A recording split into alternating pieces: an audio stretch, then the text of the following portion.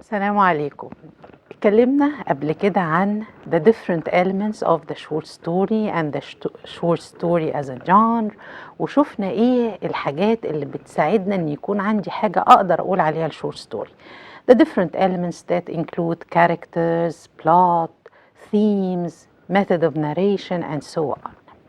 Today we will take as an example Kate Chopin's The Story of an Hour, and we are going to analyze this short story to see how these elements work together. The Story of an Hour by Kate Chopin. We will read the summary that you have in your lectures, the lectures that you have. Louise Mollard has heart trouble, so she must be informed carefully about her husband's death. Her sister Josephine tells her the news. Louise's husband's friend Richard learned about a railroad disaster when he was in the newspaper office, and so Louise's husband. Brentley on the list of those killed. Louise begins sobbing when Josephine tells her of Brentley's death and goes upstairs to be alone in her room. Louise sits down and looks out an open window.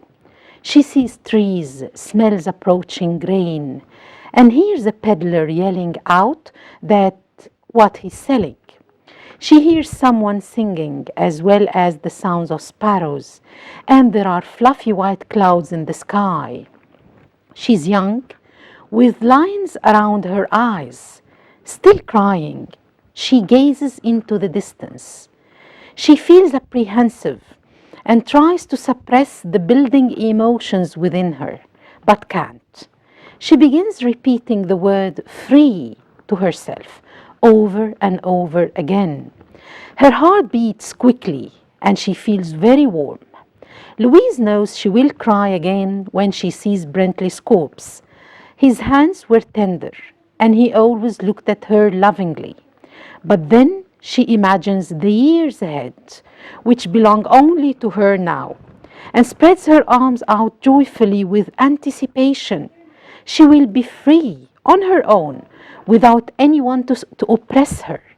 She thinks that all women and men oppress one another, even if they do it out of kindness.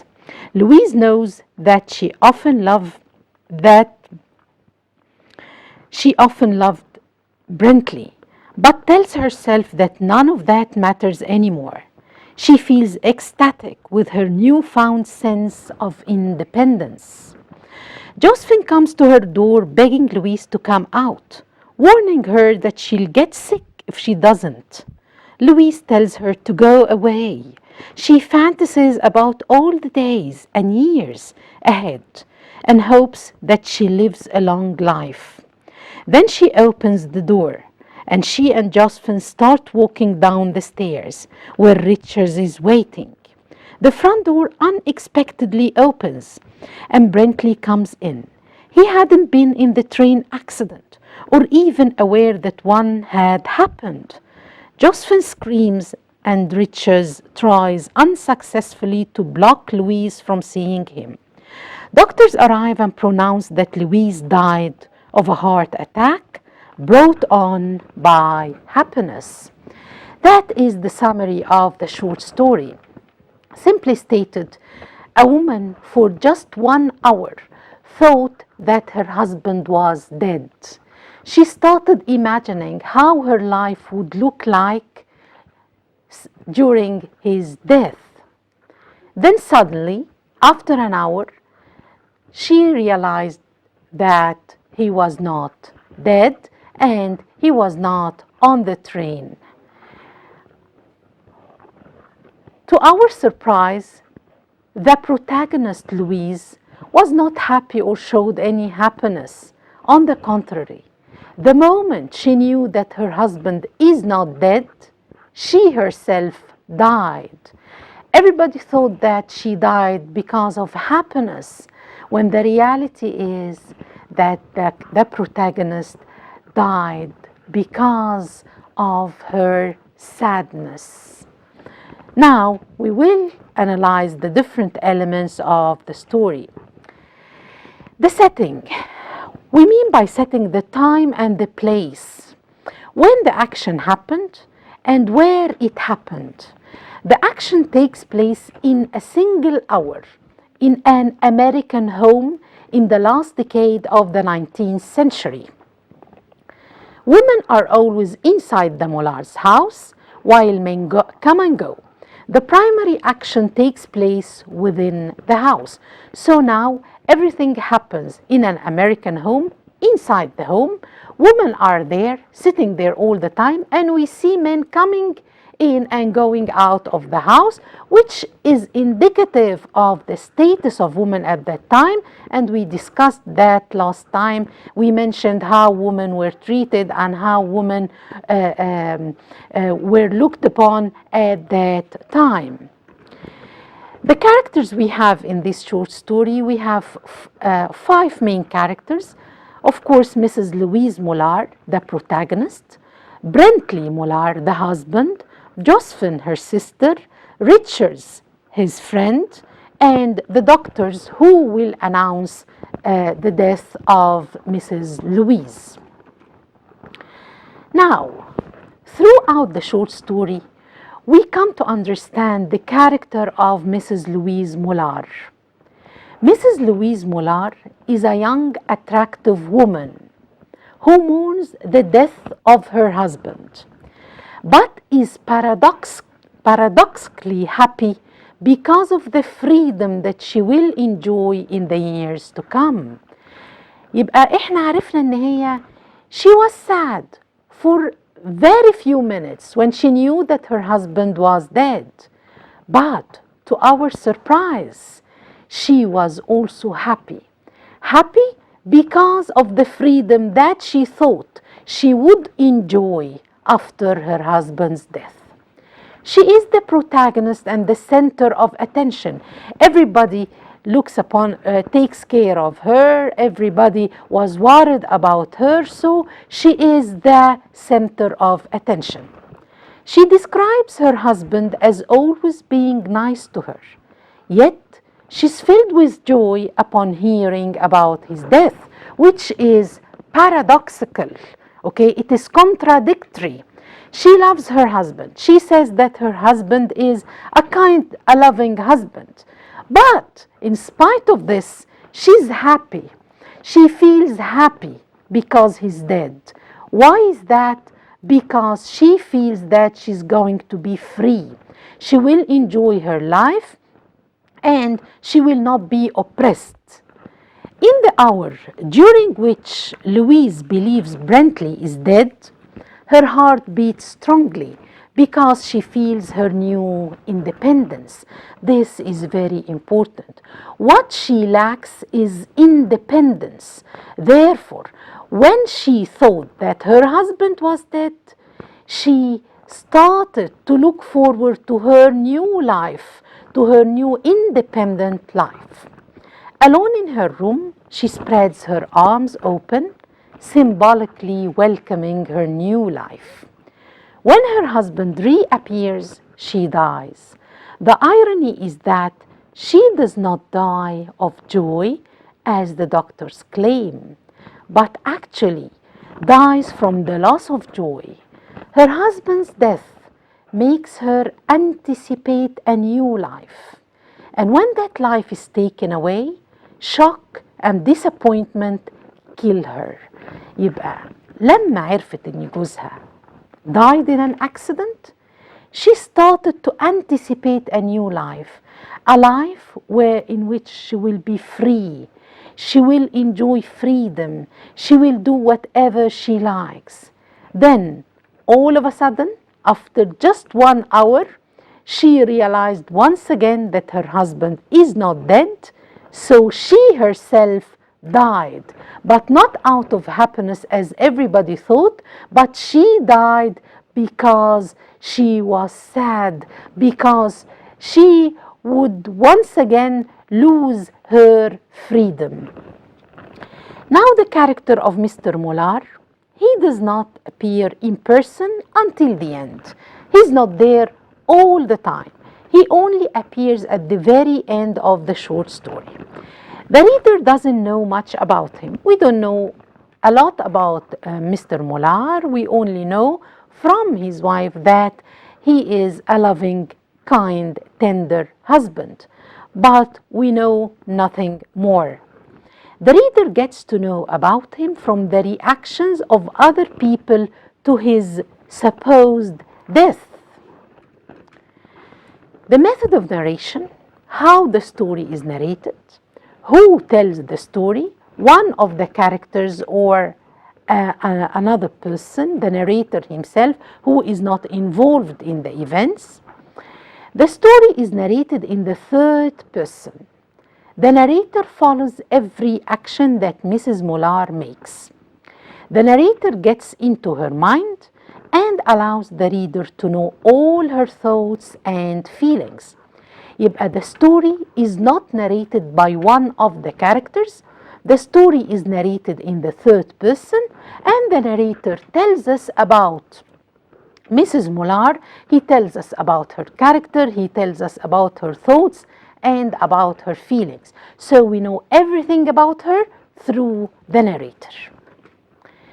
We have two themes actually conveyed throughout this short story.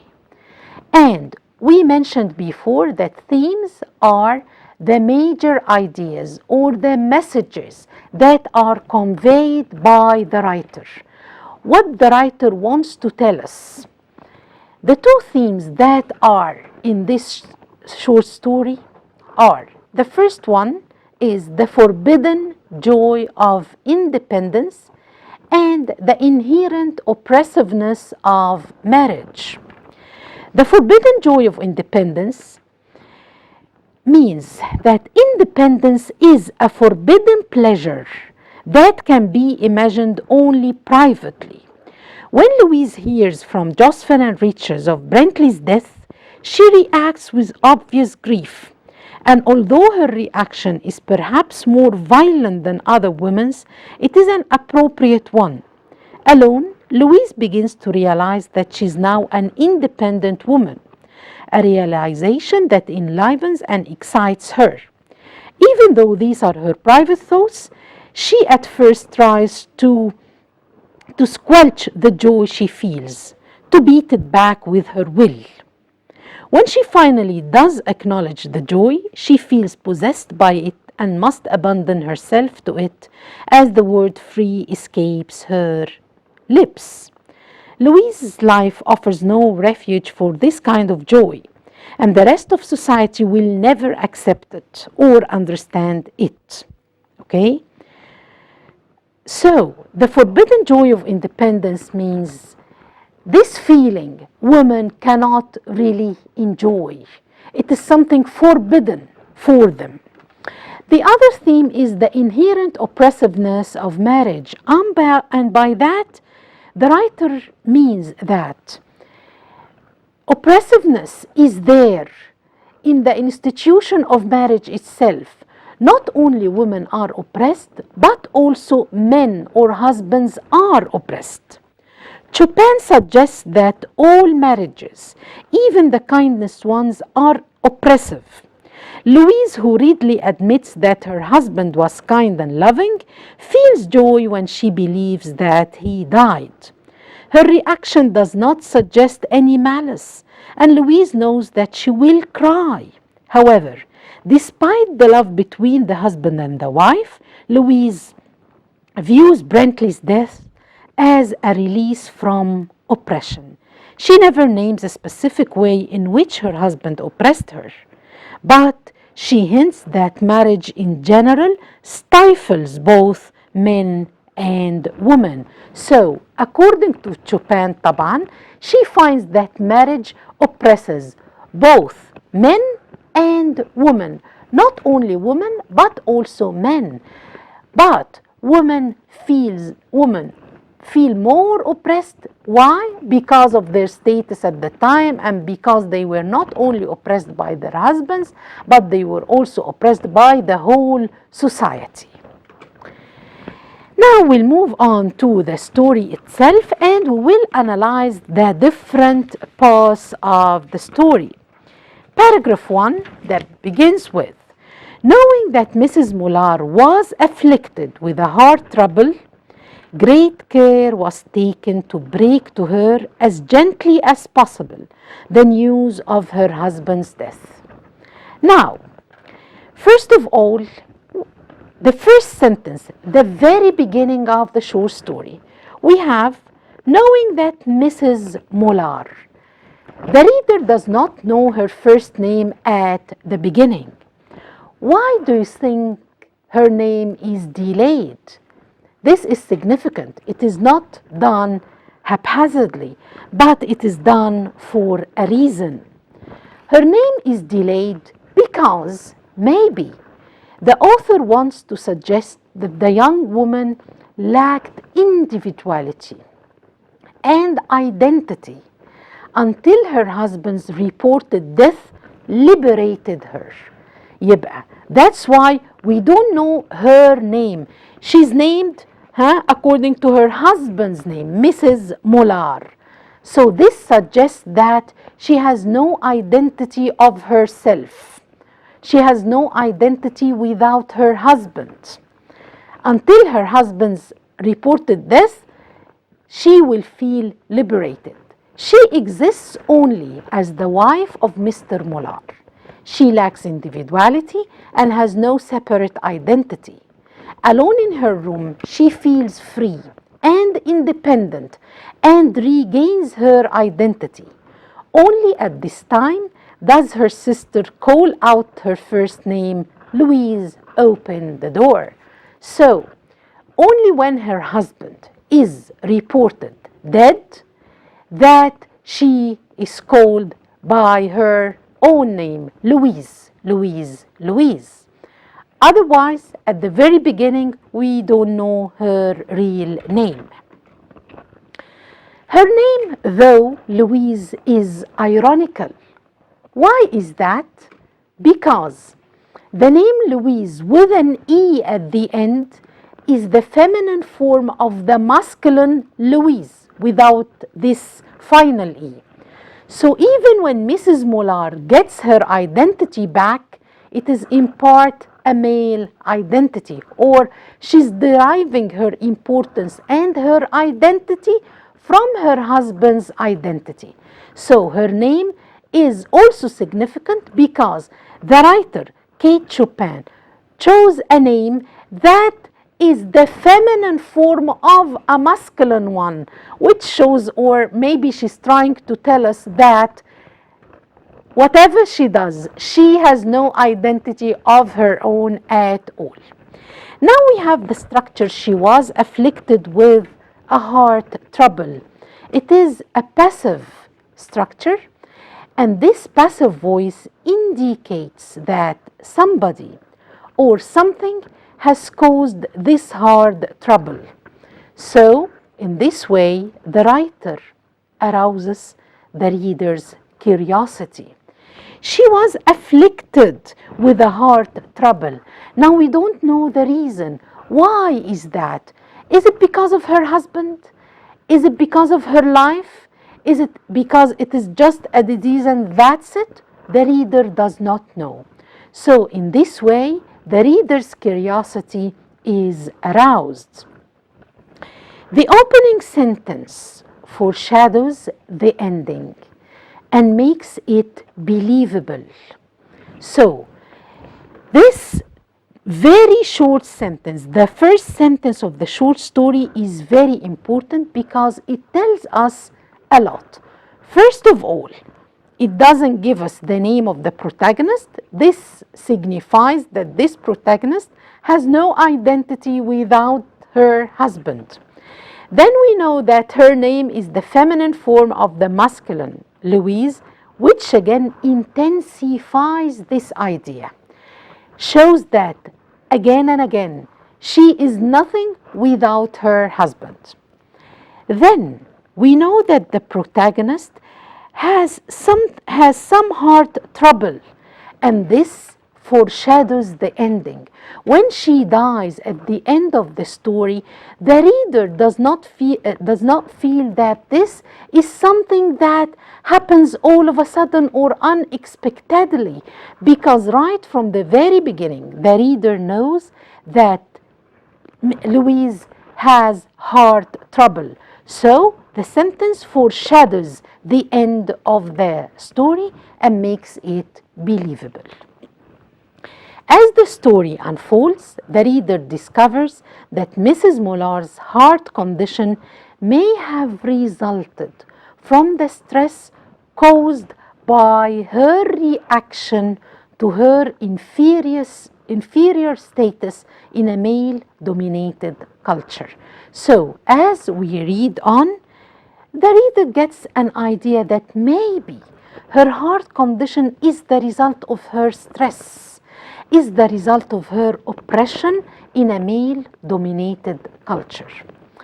For example, in paragraph 8, Chopin says that her face bespoke repression, which shows that she's not leading a happy life. She's oppressed and is not a happy wife.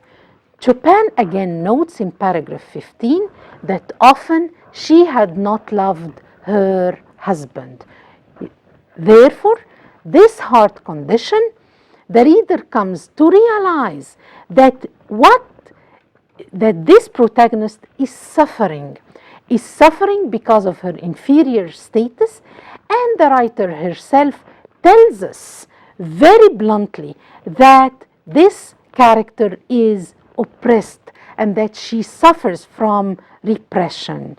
And again, she tells us that the protagonist does not love her husband. Okay, so the way she was living and all these feelings that she was suffering from caused her heart trouble. Now, look at this picture. It's sort of gloomy, and it signifies her gloomy life before the death of her husband, or before her anticipation of a new life. This anticipation or this happiness only lasted for 1 single hour. In paragraph 3, she did not hear the story as many women have heard the same, with a paralyzed and inability to accept its significance. She wept at once with sudden wild abandonment in her sister's arm. When the storm of grief had spent itself, she went away to her room. She would have no one follow her. There is a gloomy atmosphere here, okay, that suits death. And this gloomy atmosphere is created by words like paralyzed, wept, wild, abandonment, storm of grief. All these words give negative feelings. They create a gloomy atmosphere. Why do we mention this here? Because the vocabulary, the words the author is going to use when after the death of the husband will totally show you that this atmosphere is no longer there. And instead of the gloomy atmosphere, we will start to have a happy atmosphere. How is this happy atmosphere reflected? It will be reflected through the choice of words.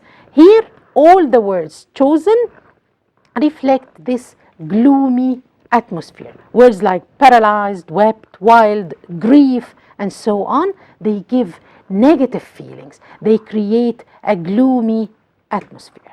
Now, she moves on. She gets up to her room alone and she shuts the door and she sits all by herself.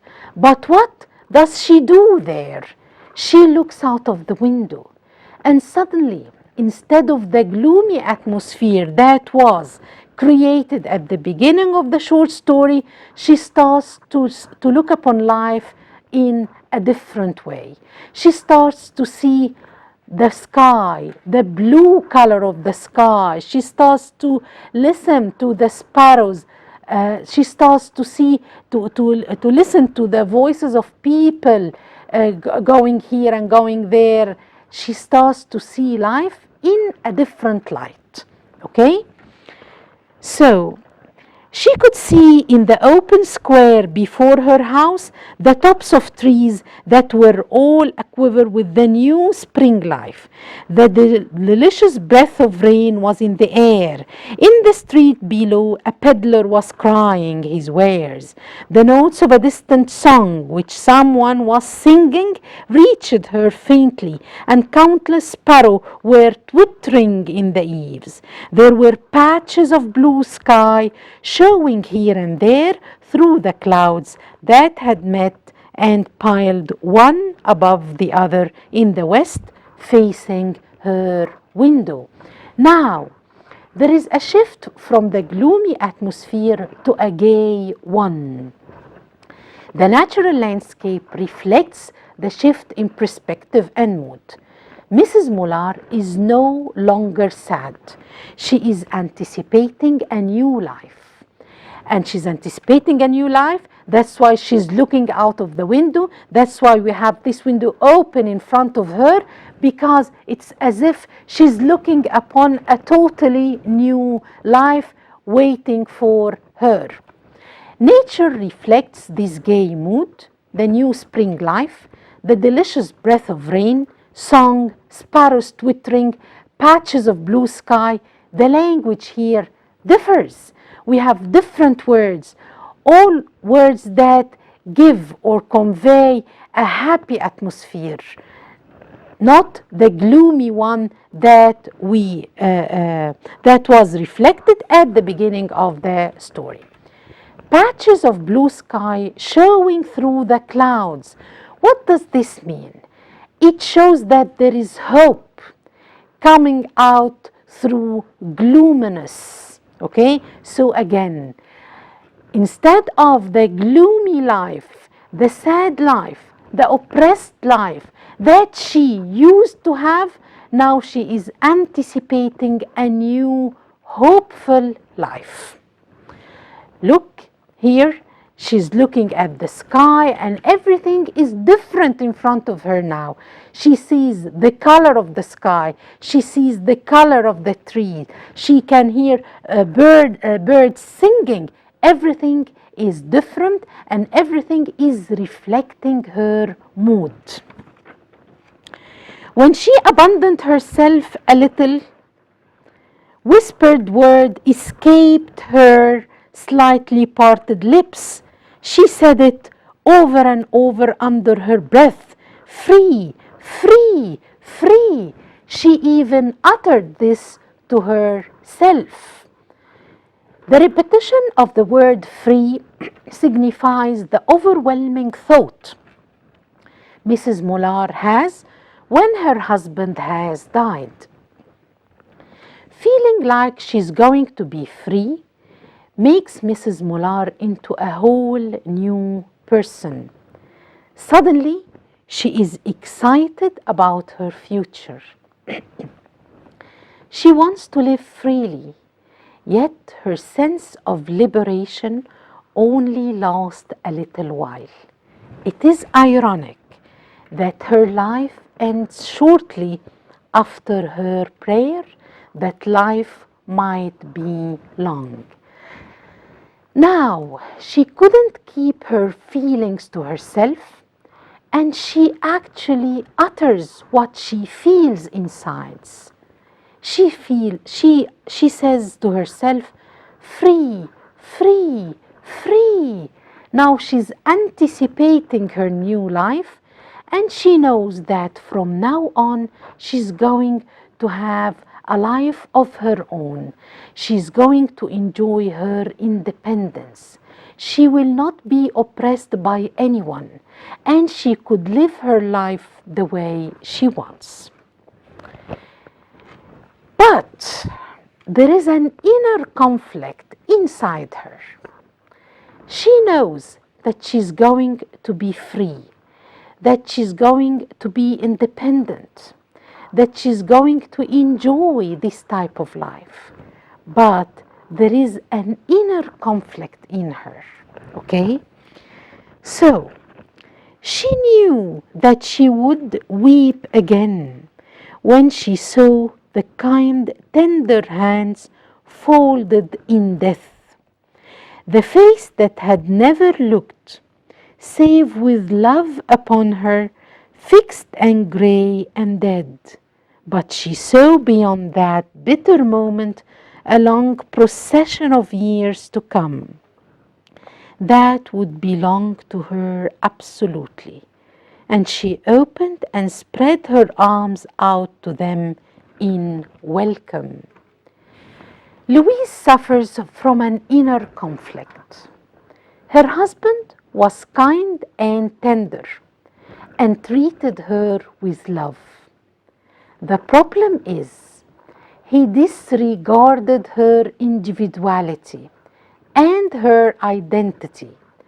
Now there is this conflict of whether to grieve for his death or overlook the past and think of the bright future that awaits her.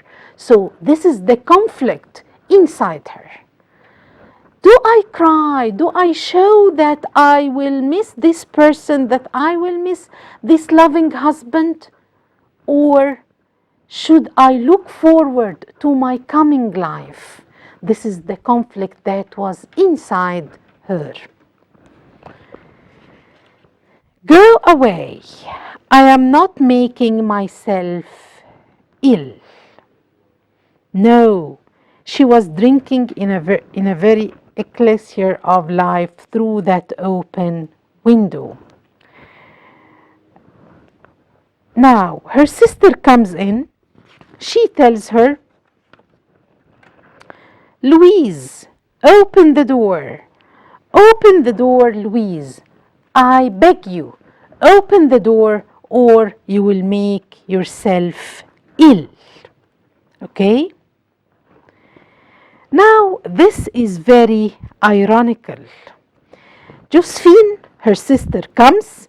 She tells her, Josephine was kneeling actually before the door with her lips to the keyhole, imploring for admission. Louise, open the door, I beg you. You will make yourself ill. What are you doing, Louise? For heaven's sake, open the door. Now, this is dramatic irony. Why is that? Because the sister can't see what Louise is doing inside her room. She shut the door and she is alone in her room, looking out of the window, talking to herself, anticipating her coming life, uttering to herself the words free, free, free, and feeling happy because of her coming life. Now her sister is outside, her sister Josephine is outside the door, not knowing what is going on, and crying, Louise, Louise, open the door. This is called dramatic irony. Dramatic irony because the reader knows that Louise is happy, thinking of her future. She's not crying. The reader knows, but the sister doesn't know. She thought that Louise was crying and she wanted to stop her or she will kill herself. There is also dramatic irony at the end when everybody thought that Louise died of joy that kills, while the reader knows that she died not out of happiness, but because she lost hope for a better future. It is also situational irony because when her husband was back to life, she was expected to feel happy, but she fell dead. So this is ironical, and we have irony throughout the short story. We have dramatic irony here in this situation where the sister, Josephine, is crying outside the door, begging Louise to open the door or she will kill herself, while actually Louise is sitting in her room anticipating her new life. The reader knows that, but Josephine doesn't know. So it is dramatic irony when the reader knows something while others do not know what the reader himself knows. This is dramatic irony. Also, at the end, we have dramatic irony when she dies. Everybody who was there thought that Louise died out of happiness. She died when her husband came back. She died because she was extremely happy that her husband is once again back to life. But the reader knows very well that this is not true, that this is not the case, and that Louise died because all her anticipations are gone. Now she lost hope for a better life. She lost hope for a better future.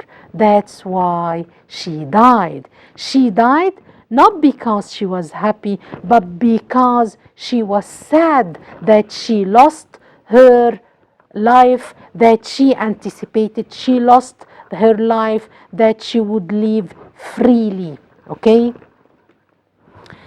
Now, what is the message conveyed in this short story? The message that Kate Chopin is trying to convey throughout this short story is that if a woman is given the opportunity to prove herself as an individual and then is denied the chance to live freely, the result will be death. This is Chopin's point of view. This is what she believes, and this is what she tries to convey throughout this short story. We have Louise, who was given her freedom only for 1 hour. And during this hour, she starts to think about her prospective life. She tries to think how her life would change. What are the things that she could do? How freely she will be. How she will enjoy her freedom. She will not be oppressed. Nobody will be there to dictate her what to do and what not to do. But suddenly, when she was denied all this, and when she knew that she will never have this life that she dreamt of, she died. Therefore, this is the message that the writer is trying to convey. If someone is given freedom and then is suddenly denied this freedom, the result will be death. The other message that the writer is trying to convey is, unless the world changes, there will be no hope for independent, unconventional women to survive in society. The problem is, Louise's husband maybe is oppressing her, or that's why she's trying to tell us. But it's not only her husband, but the whole society. And we discussed this point last time, that at that time, women lacked freedom, lacked individuality. They were not free to do what they wanted. They didn't have good education, and they didn't have actually a very good or a bright career. Most of them worked as maids or worked as seamstresses, and the good ones, the educated ones, worked as nurses. The whole society looked upon them as inferior creatures. They only have one job, which is to take care of their families and take care of their homes. Otherwise, they were insignificant creatures. Otherwise, they were not very important. They did not have any opinion of their own. They could not take part in any political views. They were actually, some of them, maybe the poor ones in particular, were very oppressed by their husbands and by the society at large. So here, Chopin is trying to tell us that unless the world changes, there will be no hope for independent, unconventional women. Not only individuals should change, but also the whole society. The whole society must change its outlook. The whole society must change the way woman is looked upon. Women should be looked upon as individuals, as free individuals who can live their lives as they choose, not as they are dictated. These are the two messages, or the two important messages conveyed by the writer, okay? Together with the themes that we discussed, the inherent oppressiveness of marriage and the forbidden joy of independence. These are the themes, these are the main idea of the short story, that this independence is a forbidden joy for women. And the other theme that she was also trying to convey throughout this short story is the inherent oppressiveness of marriage. Marriage is oppressive not only for women but also for men.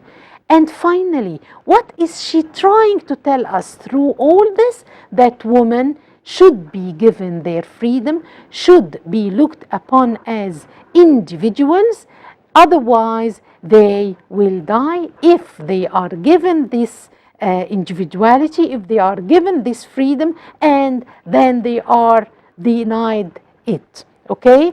And she also calls for a change in the whole society. She wants the whole society to change.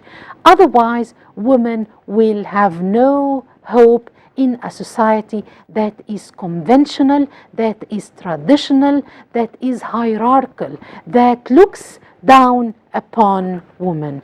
This is the messages conveyed by the writer. So we have discussed this short story regarding the characters. We were introduced to the different characters of the short story, the themes, the major ideas conveyed by the writer. Now we have analyzed some parts of the story, and we came to understand the use of irony and how Kate Chopin uses irony a lot in her short story, and how we have dramatic irony where the reader knows well what is going on, but other characters don't really know what was going on. Thank you.